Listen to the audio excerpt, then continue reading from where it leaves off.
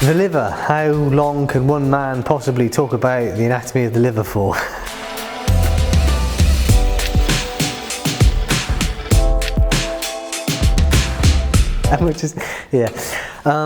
So let's have a look at the anatomy of the liver. We've been looking at the GI tract the last few weeks. Liver, pancreas, all those other bits there in the abdomen seem like a sensible next step. So with the liver, we'll talk about the functions, except we won't really talk about the functions because that's kind of a physiologist's job, not an anatomist's job. And it's got about 500 different functions, so we'd be here all day just talking about that. But we'll briefly talk about the functions. We'll talk about the parts of the liver. We'll talk about the connective tissue that the liver is within and the ligaments that form because of it, which generally explains how the liver is held in place. And then we'll talk about the blood supply, the blood that goes to the liver and how the blood gets out of the liver and why that's particularly important in relation to the liver. And we'll talk about bile. And then we'll have a look at the microscopic anatomy of the liver and relate the microscopic anatomy to the gross anatomy. So that's my main aim for today, is to link the microscopic and gross anatomy together, right? So we have this thing where we can see these big structures, but we can't see the microscopic structures inside an organ. But in terms of structure, those different scales are all interrelated, they all work together, right? It's just our eye that limits our thinking and our understanding. If you link the microscopic anatomy with the gross anatomy, it's better for you. It all makes so much more sense and it all links together and it becomes obvious, all right? So that's my main aim. So here's the liver. We can just about see it. And if you haven't looked at the liver before, in the human anatomy, it might be a little bit higher than you were expecting. The liver is, look, it's largely protected by the ribs. It's up in the rib cage here. Here's the liver, here's the stomach. This is the 10th rib down here. 1, 2, 3, 4, 5, 6, 7, 8, 9, 10. So that costal margin that you can feel down here is, what's that lump there? Ooh, the 11th rib. So this costal margin you can see down here is the 10th rib, and then this costal cartilage around here.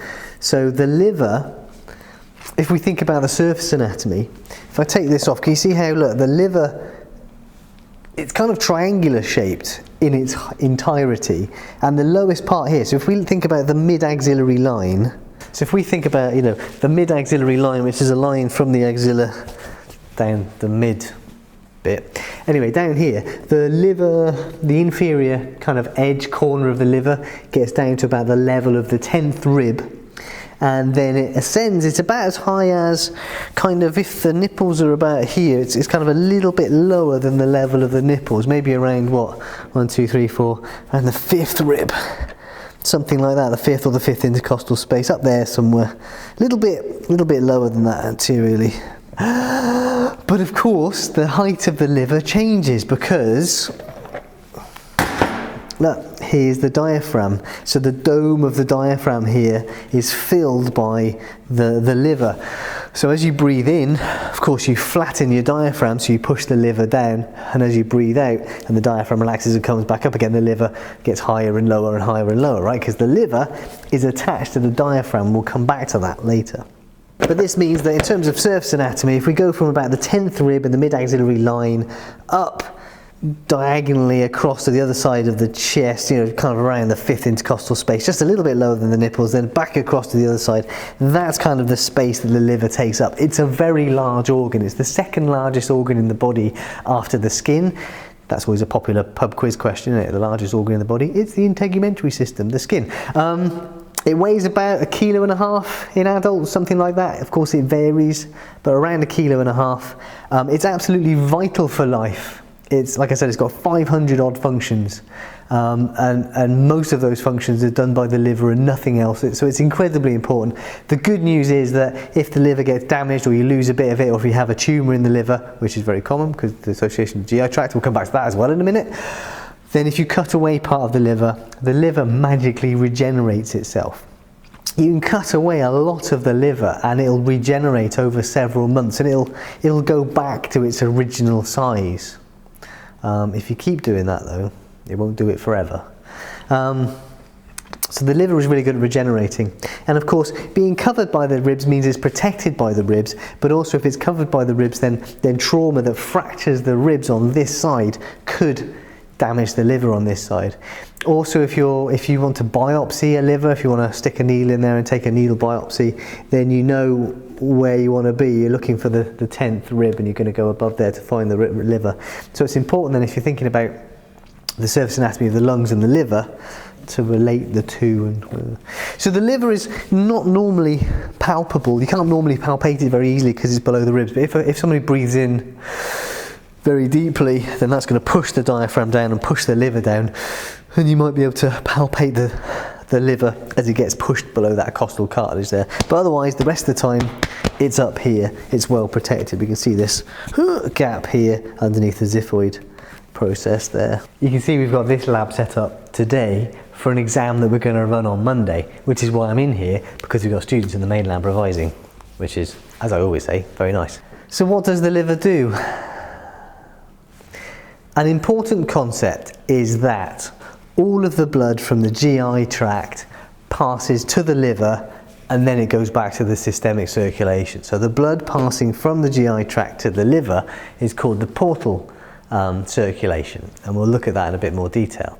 But what that means is that the liver is seeing all of those great things that you've digested and absorbed across the small intestine and what have you into the blood supply. So the liver metabolizes carbohydrates, proteins, lipids.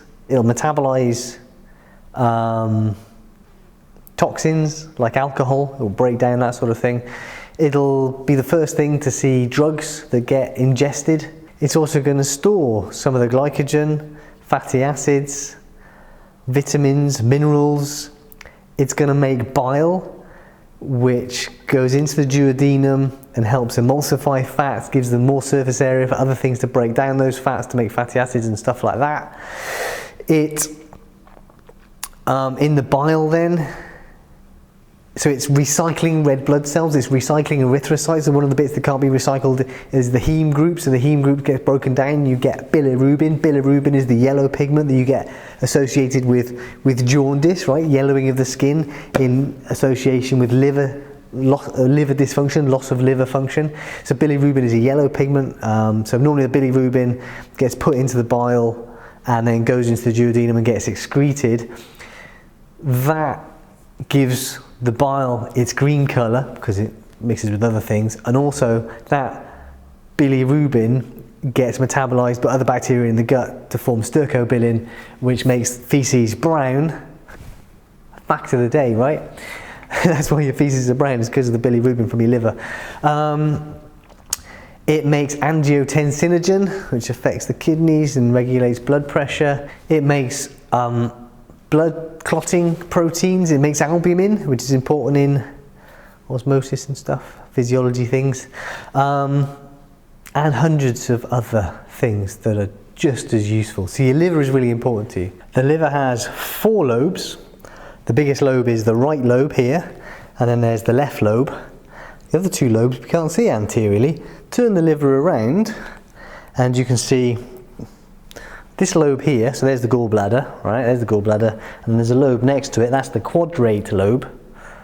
Quadrate, you know, like square shaped. And then this is the caudate lobe up here. And the caudate lobe, well, caudate means tail. Doesn't really look like a tail though, but caudate, quadrate, and that's on the posterior surface. That means that's the left lobe and that's the right lobe, right? Turn it around. Right lobe, left lobe. So you can see how, look, how the liver is wrapped around the inferior vena cava. So it is intimately associated with the inferior vena cava. And all of the blood that's going through the liver is going out into the inferior vena cava. And so the gallbladder sat next to it. The gallbladder is a story for another time. Now the liver is attached to other things, which makes sense if you've got this 1.5 kilo thing inside you. You kind of want it to be anchored, don't you? And we can see some of these reflections on here, these bits of connective tissue. Now, to better understand all these ligaments and how all this works, we need to go back to the embryo, like we usually do. And we'll consider mesentery and stuff. So, so this is a stomach.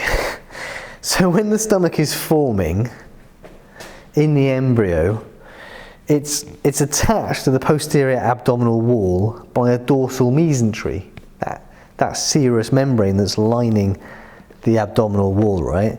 You know this, it comes out on either side, covers the stomach, so there's two layers, that forms the mesentery. And then the liver, so then there's also, at the level of the stomach, there's also a ventral mesentery. We like to call this the ventral mesogastrium and the dorsal mesogastrium because this is at the level of the stomach. Mesogastrium, gaster, stomach, right? So the ventral mesogastrium then is actually anchoring the future stomach to the anterior abdominal wall, and the dorsal mesogastrium is anchoring the future stomach to the posterior abdominal wall. So we've got a sheet on either side. And then in that ventral mesogastrium here, we get a little bud forming, which is the hepatic diverticulum, diverticulum meaning little bud, and egg pouching. And that hepatic diverticulum grows into that double layer of mesentery, and then it grows and grows and grows, gets really, really big, and bing! It forms the liver. Now, let's consider that with cling film. Okay, so stomach, liver, mesentery.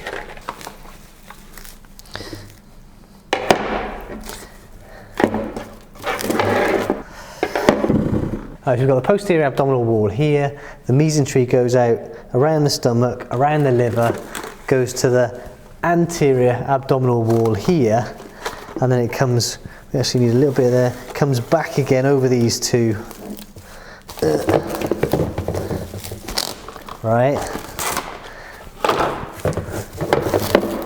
and then it goes back to the posterior abdominal wall. So now we've got a double layer thickness of serous membrane forming the mesentery, right? So what we've got is we've got our stomach and our liver, all right, and this mesentery stuck together, so it's a two-layered mesentery, and that's all holding it in place in the abdomen. And the stomach and the liver develop, and then they come together and they kind of sit like that in us, which means that sheet of mesentery between the stomach and the liver, that's the lesser omentum, right? So the space behind it is the lesser sac. But you can see how the liver becomes covered by that same serous membrane, that visceral peritoneum, and then anteriorly some of that still attaches to the anterior abdominal wall, right around here. So the liver is anchored in place by the peritoneum attaching to the anterior abdominal wall, which is what we see here, and that is the falciform ligament.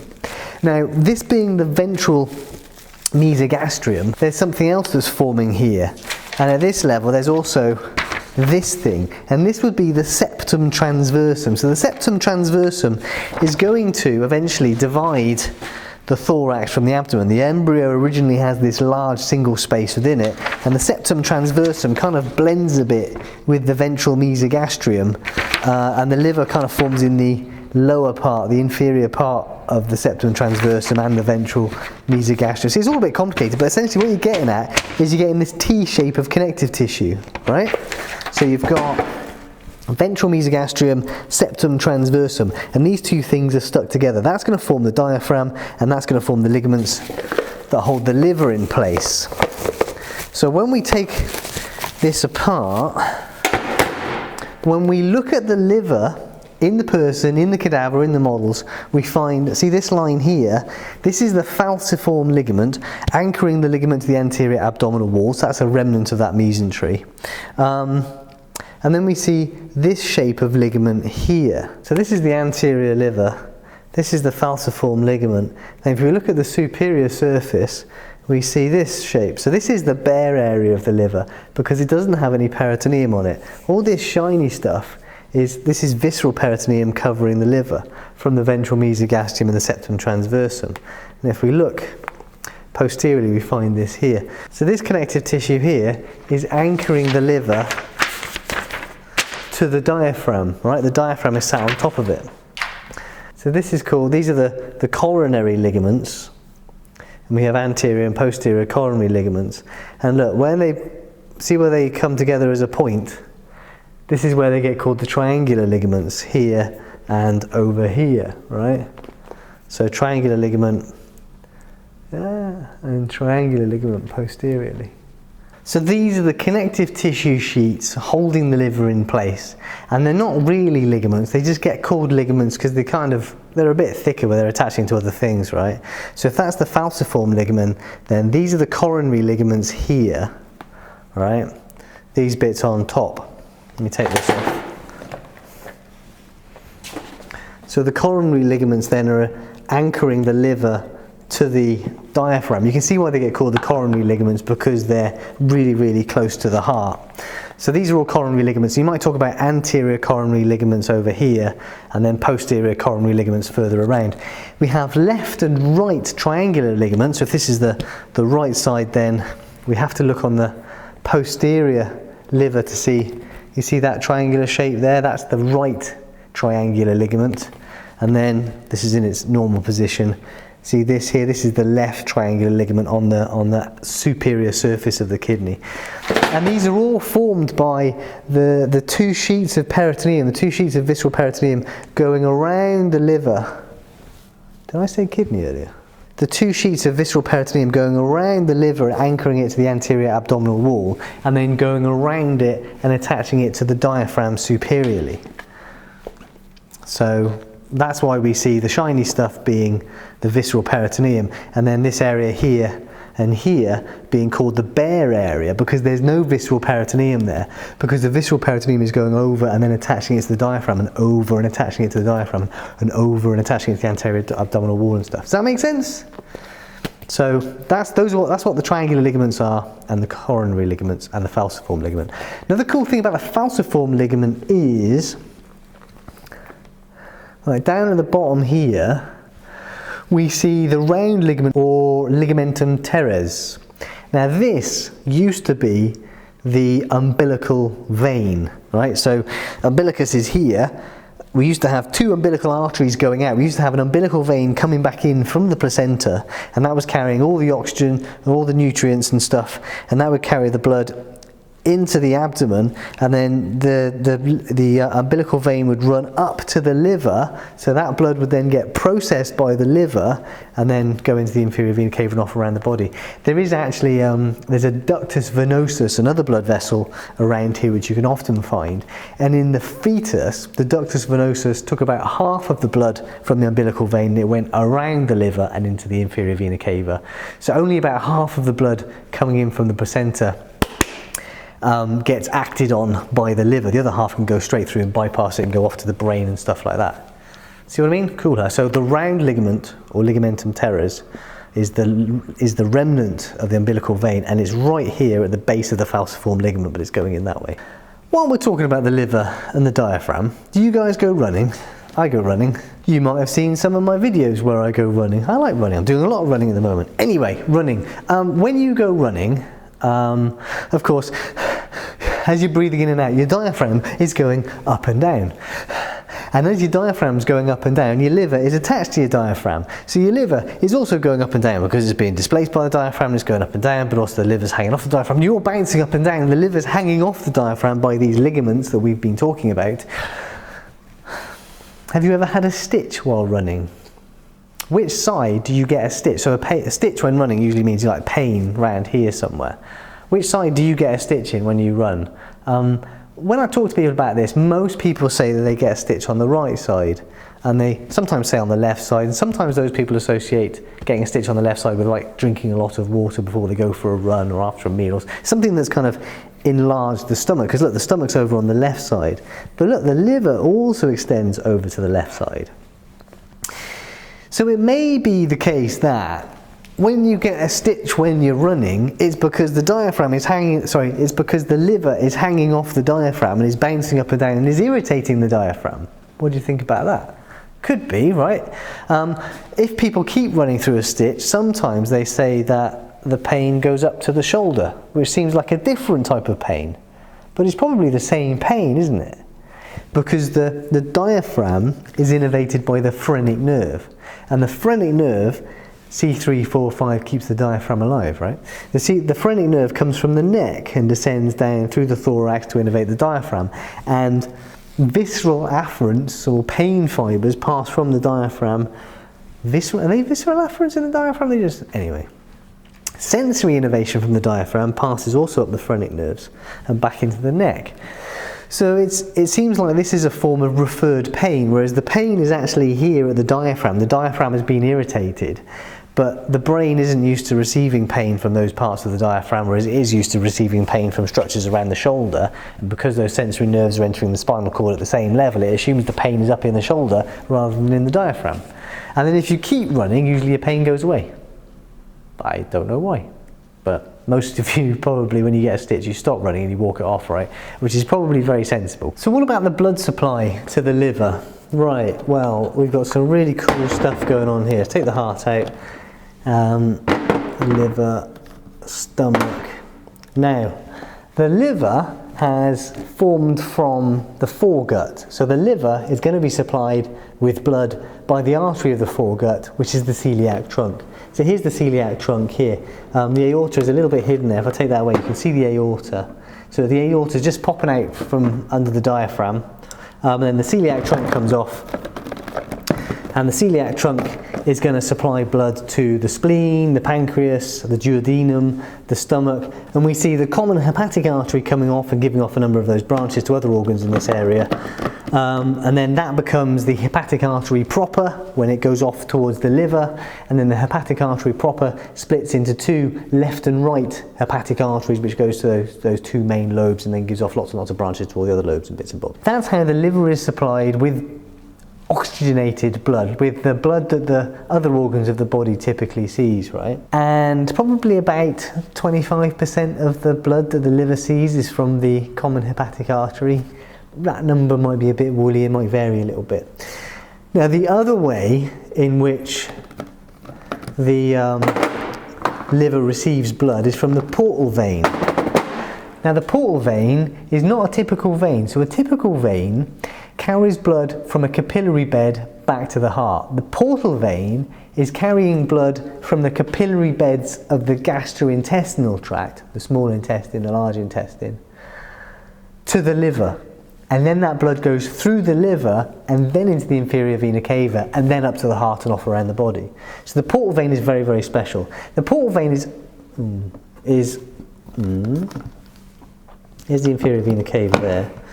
The portal vein is alright, so we see here's the portal vein here. The portal vein is formed when the superior mesenteric vein and the splenic vein join, and the inferior mesenteric vein is already joined with the splenic vein before that point. So essentially the portal vein is the splenic vein, inferior mesenteric vein and superior mesenteric vein all coming together, if you see what I mean. So the portal vein is receiving blood from the splenic vein, inferior mesenteric vein and the superior mesenteric vein. And then it passes that blood to the liver. Now the reason we can't see it here is because, like in most models, we've taken away the connective tissue. If I said that the lesser omentum was this connective tissue sheet between the liver and the stomach, right? You pull the liver and the stomach apart and you see the lesser omentum. This free edge here, that's where you find the common hepatic artery. Well, that's where you find the hepatic artery proper and the portal vein and the bile duct going the other way back to the duodenum, right? So if you cut these two, pull them apart, and then look, there's the lesser omentum. Oh bloody hell, I'm getting a right mess, aren't I? The lesser omentum's here, and the free edge of the lesser omentum, that's where the portal vein is. Clear as mud. So the portal vein is carrying all of the blood from the GI tract back to the liver. So it's a vein that's only around, 8 centimetres long, but it's absolutely crucial to liver function and to life. So that blood from the portal vein and the hepatic artery proper goes into the liver, floods through the liver, so then about 75% of that blood is from the portal vein, goes through the liver and then drains into the inferior vena cava, and look, the inferior vena, look, the heart and the liver, they're right next to each other, so that blood goes into the inferior vena cava and boop, straight into the right atrium. It's right there. These things are really close to one another. So now then, if we look at the microscopic anatomy within the liver, we see this arrangement of liver lobules. And those liver lobules are classically described as having a hexagonal shape. They're a bit tricky to make out on these sections, on these slides. If you get the right bit and use your imagination, you can kind of see them. You can work out where they are because you see a central vein, and the central vein is in the middle of that hexagon. And then on the outer edge of that hexagon, you find these triads of 3 vessels. And those 3 vessels are tiny branches of the hepatic artery proper, tiny branches of the portal vein, and tiny branches of the biliary system. So the blood from those tiny branches of the hepatic artery and of the portal vein are supplying blood to each liver lobule. Now if we look at the tissue, we see there's loads and loads of hepatocytes in there. Those are the main cells of the liver. They're all doing all those hundreds of functions that the liver does. And in between those hepatocytes, you can kind of see corridors, spaces, and those corridors are sinusoids.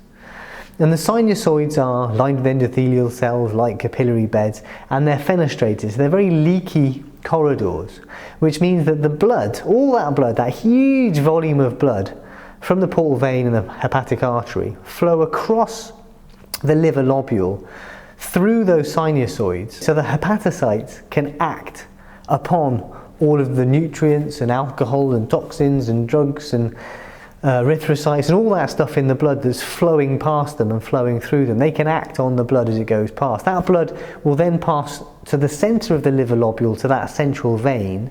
It will drain out through the central vein, and that will eventually drain back to the inferior vena cava. Now the hepatocytes are making bile. That bile is going to flow in the opposite direction back to the tiny vessel of the biliary tree and then out towards the common bile duct and get stored in the gallbladder, right? But you can see from the microscopic anatomy how all of the liver looks like this. It's very homogeneous. It all looks the same. It's very even. It's all set up for a huge amount of blood to flow across these microscopic corridors, across the hepatocytes and into the inferior vena cava. And you can also see in those sections of liver very little connective tissue. There's some connective tissue there giving the liver a little bit of shape, but that shows that there's very little connective tissue, which explains why the liver is very soft and can be damaged quite easily. But it's, as I said, it's generally well protected by the ribs. Now, all of that blood passing from the GI tract and the common hepatic artery through the liver has got to get back to the systemic circulation.